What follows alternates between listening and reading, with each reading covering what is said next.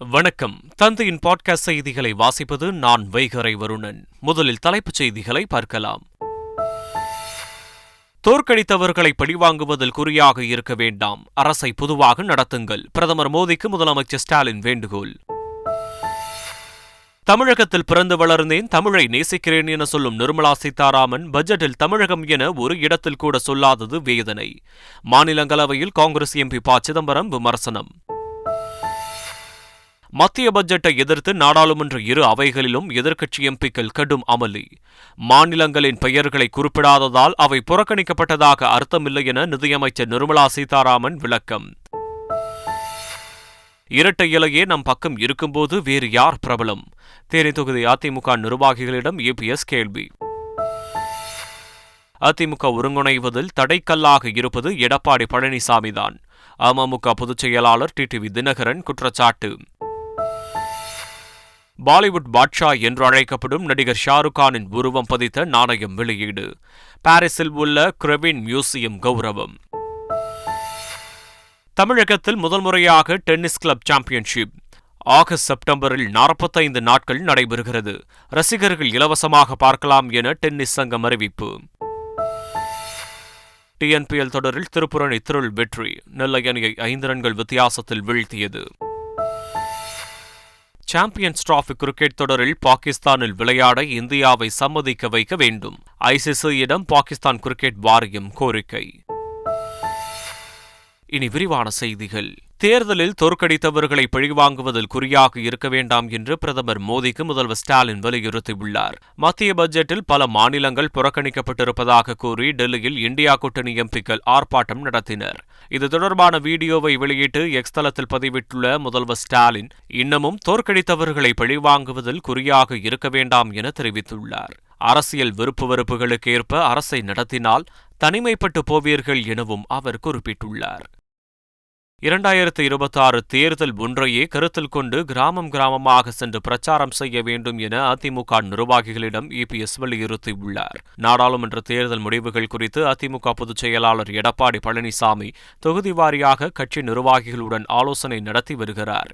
தேனி தொகுதி நிர்வாகிகளுடன் ஆலோசனை நடத்திய EPS, தேனி தொகுதிக்கு நிறைய திட்டங்களை கொடுத்தும் எப்படி அதிமுக டெபாசிட் இழந்தது என கேட்டதாக தெரிகிறது. மேலும் மக்கள் பிரச்சினைகளை வீடு வீடாக சென்று தெரியப்படுத்த வேண்டும் என்றும் அறிவுறுத்தியுள்ளார்.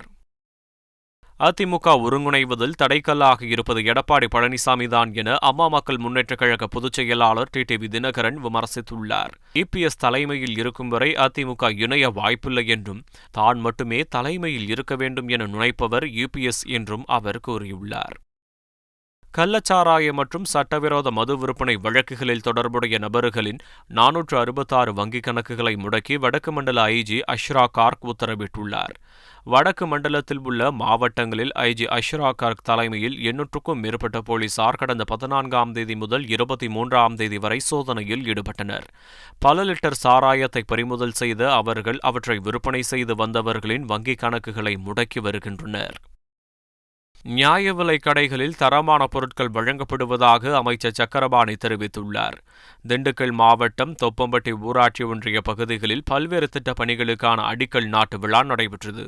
இதில் அமைச்சர் சக்கரபாணி கலந்து கொண்டார். இந்நிகழ்வில் பேசிய அவர், நியாய விலை கடைகளில் அரிசி, பருப்பு, எண்ணெய் மற்றும் சர்க்கரை போன்ற தரமான பொருட்கள் பொதுமக்களுக்கு வழங்கப்படுவதாக தெரிவித்தார். அடுத்த ஆண்டு மார்ச் மாதம் கிளாம்பாக்கம் ரயில் நிறுத்தம் பயன்பாட்டிற்கு வந்துவிடும் என தெற்கு ரயில்வே பொது மேலாளர் RN சிங் கூறியுள்ளார். சென்னையில் உள்ள தெற்கு ரயில்வே தலைமை அலுவலகத்தில் தமிழகத்திற்கு கிடைக்கும் திட்டங்கள் குறித்து அவர் விளக்கமளித்தார். அப்போது 4வது ரயில் முனையமாக வில்லிவாக்கத்தை பெரம்பூருக்கு மாற்ற முடிவு செய்யப்பட்டுள்ளதாக தெரிவித்தார். தமிழ்நாட்டில் செயல்படும் 10,000 பால் கூட்டுறவு சங்கங்களின் கணக்குகளை கணினிமயமாக்கும் பணி தொடங்கியுள்ளதாக அமைச்சர் மனோ தங்கராஜ் தெரிவித்துள்ளார். விரைவில் அனைத்து சங்கங்களின் கணக்குகளும் கணினிமயமாகும் என்றும் அவர் கூறினார். மேலும் பால் விலையை குறைக்க வாய்ப்பில்லை எனவும் தெரிவித்தார். விருதுநகர் மாவட்டம் ராஜபாளையம் அருகே கோயில் வளாகத்தில் புதுப்பிக்கப்பட்ட திருமண மண்டபத்தை காணொலி காட்சி வாயிலாக முதலமைச்சர் திறந்து வைத்தார். பெத்தவநல்லூர் மாயூரநாத சுவாமி கோயிலின் வளாகத்தில் இருந்த திருமண மண்டபத்தை நவீனமயமாக்கி முற்றிலும் குளிரூட்டப்பட்ட வகையில் புதுப்பிக்க வேண்டும் என சட்டப்பேரவையில் தீர்மானம் நிறைவேற்றப்பட்டது. அதன் பேரில் சுமார் 1 கோடி ரூபாய் செலவில் புதுப்பிக்கப்பட்ட மண்டபத்தை காணொலி காட்சி மூலம் முதலமைச்சர் ஸ்டாலின் திறந்து வைத்தார். மத்திய பட்ஜெட்டில் தமிழகம் புறக்கணிக்கப்பட்டுள்ளதாக கருத்து நிலவி வரும் நிலையில் தமிழகத்தில் செயல்படுத்தப்பட்டு வரும் ரயில்வே திட்டங்கள் குறித்து மத்திய ரயில்வே அமைச்சர் அஸ்வினி வைஷ்ணவ் விளக்கமளித்தார்.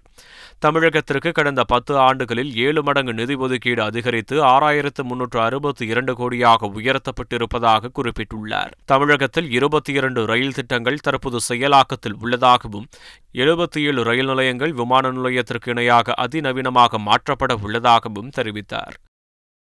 நடிகர் தனுஷின் ராயன் திரைப்படம் 26ஆம் தேதி ரிலீஸாக உள்ள நிலையில் சிறப்பு காட்சிக்கு அனுமதி அளிக்கப்பட்டுள்ளது. நடிகர் தனுஷ் இயக்கி நடித்துள்ள ராயன் படத்திற்கு ஏ.ஆர். ரகுமான் இசையமைத்துள்ளார். நாளை ராயன் படம் திரைக்கு வரவுள்ள நிலையில் தமிழகம் முழுவதும் திரையரங்குகளில் சிறப்பு காட்சிக்கு அனுமதி வழங்கப்பட்டுள்ளது. அதன்படி காலை 9 மணிக்கு தொடங்கி மறுநாள் அதிகாலை 2 மணி வரை என்ற அடிப்படையில் 5 காட்சிகள் திரையிட அனுமதி அளிக்கப்பட்டுள்ளது. தமிழ் புதல்வன் திட்டத்தின் பயன்பெற ஆதார் எண் கட்டாயம் என தெரிவிக்கப்பட்டுள்ளது. 6ஆம் வகுப்பு முதல் 12ஆம் வகுப்பு வரை அரசு பள்ளிகளில் படித்து உயர்கல்விக்கு செல்லும் மாணவர்களுக்கு மாதம் 1000 உதவித்தொகை வழங்கும் தமிழ் புதல்வன் திட்டம் ஆகஸ்ட் மாதம் தொடங்கி வைக்கப்பட்ட நிலையில் இதற்கான பணிகளை தமிழக அரசு தீவிரப்படுத்தியுள்ளது. மாணவர்கள் மத்தியில் திராவிட சிந்தனைகளை வளர்க்க நடவடிக்கைகள் மேற்கொள்ளப்படும் என திமுக ஒருங்கிணைப்பு குழு கூட்டத்தில் தெரிவிக்கப்பட்டுள்ளது. இக்குழுவின் ஆலோசனைக் கூட்டம் அண்ணா அறிவாலயம் கலைஞர் அரங்கில் நடைபெற்றது. அப்போது மாணவர்களிடம் திராவிட சிந்தனைகளை வளர்க்க திராவிட மாணவர் மன்றங்கள் மூலம் பல்வேறு போட்டிகளை நடத்தவுள்ளதாக இளைஞர் அணியினர் தெரிவித்தனர். மேலும் மாணவர் சட்டசபை என்ற அமைப்பை பள்ளிகளில் உருவாக்க இருப்பதாகவும் தெரிவிக்கப்பட்டது. ஆம்ஸ்ட்ராங் கொலை வழக்கில் திமுகவை முடிச்சு போட்டு பார்க்க வேண்டாம் என்று சட்டத்துறை அமைச்சர் ரகுபதி கூறியுள்ளார். இதுகுறித்து பேசிய அவர் ஆம்ஸ்ட்ராங் கொலை வழக்கை சிபிசிஐடி புலன் விசாரணை செய்து வருவதாக தெரிவித்தார். ஆதாரங்களின் அடிப்படையில் மட்டுமே கைது நடவடிக்கை எடுக்கப்படுவதாகவும் தொடர்ந்து குற்றவாளிகள் கைது செய்யப்பட்டு வருவதாகவும் தெரிவித்தார். தமிழக ஆளுநர் ஆர்.என். ரவியை 2வது முறையாக ஆளுநராக நியமிக்கும் திட்டம் உள்ளதா என தகவல் உரிமை சட்டத்தின் கீழ் கேள்வி எழுப்பப்பட்டுள்ளது. மூத்த வழக்கறிஞர் துரைசாமி மத்திய உள்துறை அமைச்சர் அமித்ஷாவிற்கு கடிதம் அனுப்பியுள்ளார். அதில் ஆளுநர் ரவியின் பதவிக்காலம் ஜூலை 31ஆம் தேதி முடிவடைவதாகவும் 2வது முறையாக அவரை தமிழக ஆளுநராக நியமிக்கும் திட்டம் உள்ளதா என்றும் கேள்வி எழுப்பியுள்ளார். மத்திய உள்துறை அமைச்சகத்திற்கு தகவல் உரிமை சட்டத்தின் கீழ் கேள்வி எழுப்பப்பட்டுள்ளதாகவும் இதற்கு கண்டிப்பாக பதிலளிக்க வேண்டும் என்றும் துரைசாமி தெரிவித்துள்ளார். கடந்த 10 ஆண்டுகளில் வருமான வரி செலுத்துவோரின் எண்ணிக்கை பல மடங்கு அதிகரித்துள்ளதாக ஆளுநர் ரவி தெரிவித்துள்ளார். சென்னை ராயப்பேட்டையில் வருமான வரி தினம் கடைபிடிக்கப்பட்டது. நிகழ்ச்சியில் பேசிய ஆளுநர் ரவி, கடந்த 10 ஆண்டுகளில் இந்தியாவில் 200% வருமான வரி செலுத்துவோரின் எண்ணிக்கை அதிகரித்துள்ளதாக தெரிவித்துள்ளார். 300% பெறப்பட்ட வருமான வரித்தொகை அதிகரித்துள்ளதாகவும் அவர் தெரிவித்தார். மேலும் வருமான வரி நாட்டிற்கு மிக தேவையானது எனவும் அவர் கூறியுள்ளார். தமிழக வெற்றிக் கழகத்தின் 1வது மாநில மாநாட்டை நடத்த தமிழகம் முழுவதும் பல்வேறு இடங்களில் ஆய்வு மேற்கொள்ளப்பட்டு வருகிறது. சேலம் மாவட்டம் கெஜல் நாயக்கன்பட்டி பகுதியில் மாநாடு நடத்துவது தொடர்பாக ஆய்வு செய்யும் பணி நடைபெற்றது. தமிழக வெற்றிக் கழகத்தின் பொதுச் செயலாளர் புசி ஆனந்த் நேரடியாக வருகை தந்து இடத்தை ஆய்வு செய்தார். தமிழக வெற்றிக் கழகத்தின் 1வது மாநில மாநாட்டை சேலத்தில் செப்டம்பர் மாதத்தில் நடத்த அதிக வாய்ப்புள்ளதாக கூறப்படுகிறது. சென்னை பெங்களூரு விரைவு சாலை பணிகள் வரும் மார்ச் மாதத்திற்குள் முடிவடையும் என மத்திய அமைச்சர் நிதின் கட்கரி தெரிவித்துள்ளார். இந்த பணிகள் 64.74% முடிவடைந்துள்ளதாகவும் வரும் மார்ச் மாதத்திற்குள் நிறைவடையும் என்றும் அவர் கூறியுள்ளார். அதேபோல் சென்னை துறைமுகம் மதுரபாயில் இடையிலான ஈரடுக்கு 4 வழி உயர்மட்ட சாலை திட்டப் பணிகள் 2026ஆம் ஆண்டு மே மாதத்திற்குள் முடிக்கப்படும் எனவும் நிதின் கட்கரி தெரிவித்துள்ளார். நிதி ஆயோக் கூட்டத்தில் நாம் வைக்கும் கோரிக்கைகளை மத்திய அரசு பரிசீலனை கூட செய்வதில்லை என அமைச்சர் ஐ. பெரியசாமி தெரிவித்துள்ளார். நாம் செலுத்தும் ஜிஎஸ்டியில் இருந்துதான் நிதி கேட்கிறோம் என கூறிய அவர், மாநிலங்களுக்கு போதிய நிதி வழங்கப்படவில்லை என்றார். குறுகிய மனப்பான்மையுடன் மத்திய அரசு செயல்படுவதாகவும் அவர் குற்றம் சாட்டினார். போக்குவரத்து தொழிலாளர்களின் ஊதிய ஒப்பந்த பேச்சுவார்த்தை ஆகஸ்ட் 27ஆம் தேதி நடத்தப்படும் என்று தொழிற்சங்கத்தினர் தெரிவித்துள்ளனர். தமிழ்நாடு போக்குவரத்து தொழிலாளர்களின் 6 அம்ச கோரிக்கைகள் தொடர்பான முத்தரப்பு பேச்சுவார்த்தை சென்னையில் நடைபெற்றது. கூட்டத்திற்கு பின்னர் செய்தியாளர்களிடம் பேசிய சிஐடியு மற்றும் அண்ணா தொழிற்சங்க நிர்வாகிகள், வரும் ஆகஸ்ட் மாதம் 27ஆம் தேதி ஊதிய ஒப்பந்தம் குறித்த பேச்சுவார்த்தை நடத்த முடிவு எட்டப்பட்டுள்ளதாக தெரிவித்தனர். மருத்துவ படிப்புகளுக்கான மாணவர் சேர்க்கையை மாநில அரசுகளை முடிவெடுக்கும் பழைய முறையை மீண்டும் கொண்டுவர வேண்டும் என்று மேற்குவங்க முதல்வர் மம்தா பானர்ஜி பிரதமர் மோடிக்கு கடிதம் எழுதியிருந்தார். இந்நிலையில் மேற்குவங்க சட்டமன்றத்தில் நீட் தேர்வுக்கு எதிரான தீர்மானம் தாக்கல் செய்யப்பட்ட நிலையில் இது தொடர்பான விவாதத்திற்கு பிறகு தீர்மானம் நிறைவேற்றப்பட்டுள்ளது. பாலிவுட் நடிகர் ஷாருக் கானின் உருவம் பதித்த நாணயத்தை பாரிஸில் உள்ள கிரெவின் மியூசியம் வெளியிட்டுள்ளது. பாரிஸில் உள்ள கிரெவின் மியூசியத்தின் சார்பில் ஷாருக் கான் உருவம் பதித்த நாணயம் வெளியிடப்பட்டுள்ளது. இந்திய திரையுலகில் முதன்முறையாக இத்தகைய அங்கீகாரத்தை பெற்றவர் என்ற பெருமைக்கு நடிகர் ஷாருக் கான் சொந்தக்காரராகியுள்ளார். புதுச்சேரியில் வரும் 31ஆம் தேதி ஆளுநர் உரையுடன் பட்ஜெட் கூட்டத்தொடர் தொடங்க வாய்ப்புள்ளதாக தகவல் வெளியாகியுள்ளது. கடந்த மார்ச் மாதம் புதுச்சேரிக்கான இடைக்கால பட்ஜெட்டை முதல்வர் ரங்கசாமி தாக்கல் செய்தார். இந்நிலையில் தற்போது மத்திய அரசின் ஒப்புதல் பெறப்பட்டதால் புதுச்சேரியின் பட்ஜெட் கூட்டத்தொடர் ஜூலை 31ஆம் தேதி தொடங்கி ஆகஸ்ட் 2ஆம் தேதி தாக்கல் செய்யப்பட உள்ளதாக தகவல் பரவி வருகிறது.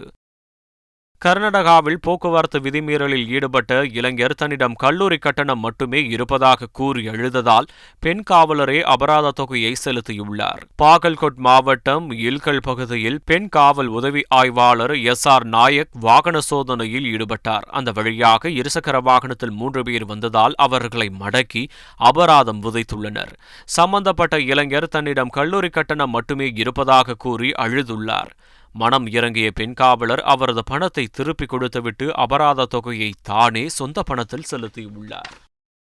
கேரளாவில் நிபா வைரஸ் தாக்கி பலியான சிறுவனுடன் தொடர்பில் இருந்த 472 பேர் கண்காணிக்கப்பட்டு வருகின்றனர். மலப்புரம் மாவட்டத்தில் நிபா தாக்கி பலியான 14 வயது சிறுவனுடன் தொடர்பில் இருந்தவர்களில் 220 பேர் அதிக ஆபத்து பிரிவில் சிகிச்சை பெற்று வருகின்றனர். மேலும் அவர்களுடன் தொடர்பில் இருந்தவர்கள் என மொத்தம் 472 பேர் தொடர்ந்து கண்காணிக்கப்பட்டு வருவதாக தெரிவிக்கப்பட்டுள்ளது. TNPL தொடரில் நெல்லை அணியை 5 ரன்கள் வித்தியாசத்தில் திருப்பூர் அணி வீழ்த்தியது. டாஸ் வென்ற நெல்லை ராயல் கிங்ஸ் அணி பந்துவீச்சை தேர்வு செய்தது. முதலில் விளையாடிய திருப்பூர் அணி 8 விக்கெட் இழப்பிற்கு 189 ரன்கள் குவித்தது. அதிகபட்சமாக ராதாகிருஷ்ணன் 50 ரன்கள் சேர்த்தார். பின்னர் வெற்றிக்காக கடுமையாக போராடிய நெல்லை அணி 20 ஓவர்களில் 184 ரன்கள் குவித்து தோல்வியை தழுவியது. தமிழ்நாட்டில் முதன்முறையாக அடுத்த மாதம் டென்னிஸ் கிளப்புகளுக்கு இடையே சாம்பியன்ஷிப் போட்டி நடைபெறவுள்ளதாக அறிவிக்கப்பட்டுள்ளது. சென்னை சேப்பாக்கத்தில் செய்தியாளர்களை சந்தித்த தமிழ்நாடு டென்னிஸ் சங்க செயலாளர் பிரேம்குமார், ஆகஸ்ட் மற்றும் செப்டம்பரில் 45 நாட்கள் டென்னிஸ் தொடர் நடைபெறவுள்ளதாக தெரிவித்தார். இந்த சாம்பியன்ஷிப்பில் கிளப் அளவில் பல்வேறு வயது பிரிவினர் கலந்து கொள்ள உள்ளதாகவும் முதலிடம் பெறும் அணிக்கு 1 லட்சம் ரூபாய் வழங்க உள்ளதாகவும் தெரிவித்தார். சென்னையில் மட்டும் 13 டென்னிஸ் கிளப்புகளில் இந்த விளையாட்டு நடைபெறவுள்ளதாகவும் இந்த போட்டிகளை இலவசமாக காணலாம் என பிரேம்குமார் குறிப்பிட்டார். இந்தியா, பாகிஸ்தான், ஆஸ்திரேலியா உள்ளிட்ட 8 அணிகள் பங்கேற்கும் சாம்பியன்ஸ் டிராபி கிரிக்கெட் தொடர் அடுத்த ஆண்டு பிப்ரவரி மாதம் பாகிஸ்தானில் நடைபெறவுள்ளது. பாதுகாப்பு பிரச்சினையை காரணம் காட்டி பாகிஸ்தான் செல்ல BCCI மறுத்து வருவதாக தகவல் வெளியாகியுள்ளது. இந்நிலையில் தொடரின் அட்டவணை மற்றும் செலவினங்கள் பட்டியலை ICCயிடம் பாகிஸ்தான் கிரிக்கெட் வாரியம் வழங்கியுள்ளது. மேலும் தொடர் அட்டவணையை இறுதி செய்யுமாறும் இந்திய அணியை பாகிஸ்தானில் விளையாட சம்மதிக்க வைக்குமாறும் ICCக்கு பாகிஸ்தான் கிரிக்கெட் வாரியம் கோரிக்கை விடுத்துள்ளதாக தகவல் வெளியாகியுள்ளது. மீண்டும் தலைப்புச் செய்திகள். தோற்கடித்தவர்களை பழிவாங்குவதில் குறியாக இருக்க வேண்டாம், அரசை பொதுவாக நடத்துங்கள். பிரதமர் மோடிக்கு முதலமைச்சர் ஸ்டாலின் வேண்டுகோள். தமிழகத்தில் பிறந்து வளர்ந்தேன், தமிழை நேசிக்கிறேன் என சொல்லும் நிர்மலா சீதாராமன் பட்ஜெட்டில் தமிழகம் என ஒரு இடத்தில் கூட சொல்லாதது வேதனை. மாநிலங்களவையில் காங்கிரஸ் MP ப. சிதம்பரம் விமர்சனம். மத்திய பட்ஜெட்டை எதிர்த்து நாடாளுமன்ற இரு அவைகளிலும் எதிர்க்கட்சி MPக்கள் கடும் அமளி. மாநிலங்களின் பெயர்களை குறிப்பிடாததால் அவை புறக்கணிக்கப்பட்டதாக அர்த்தமில்லை என நிதியமைச்சர் நிர்மலா சீதாராமன் விளக்கம். இரட்டை இலையே நம் பக்கம் இருக்கும்போது வேறு யார் பிரபலம்? தேனி தொகுதி அதிமுக நிர்வாகிகளிடம் EPS கேள்வி. அதிமுக ஒருங்கிணைவதில் தடைக்கல்லாக இருப்பது எடப்பாடி பழனிசாமிதான். அமமுக பொதுச் செயலாளர் TTV தினகரன் குற்றச்சாட்டு. பாலிவுட் பாட்ஷா என்று அழைக்கப்படும் நடிகர் ஷாருக் கானின் உருவம் பதித்த நாணயம் வெளியீடு. பாரிஸில் உள்ள கிரெவின் மியூசியம் கௌரவம். தமிழகத்தில் முதல் முறையாக டென்னிஸ் கிளப் சாம்பியன்ஷிப் ஆகஸ்ட் செப்டம்பரில் 45 நாட்கள் நடைபெறுகிறது. ரசிகர்கள் இலவசமாக பார்க்கலாம் என டென்னிஸ் சங்கம் அறிவிப்பு. டிஎன்பிஎல் தொடரில் திருப்பூர் அணி திருள் வெற்றி, நெல்லை அணியை 5 ரன்கள் வித்தியாசத்தில் வீழ்த்தியது. சாம்பியன்ஸ் டிராபி கிரிக்கெட் தொடரில் பாகிஸ்தானில் விளையாட இந்தியாவை சம்மதிக்க வைக்க வேண்டும், ஐசிசியிடம் பாகிஸ்தான் கிரிக்கெட் வாரியம் கோரிக்கை. இத்துடன் செய்திகள் நிறைவடைகின்றன. வணக்கம்.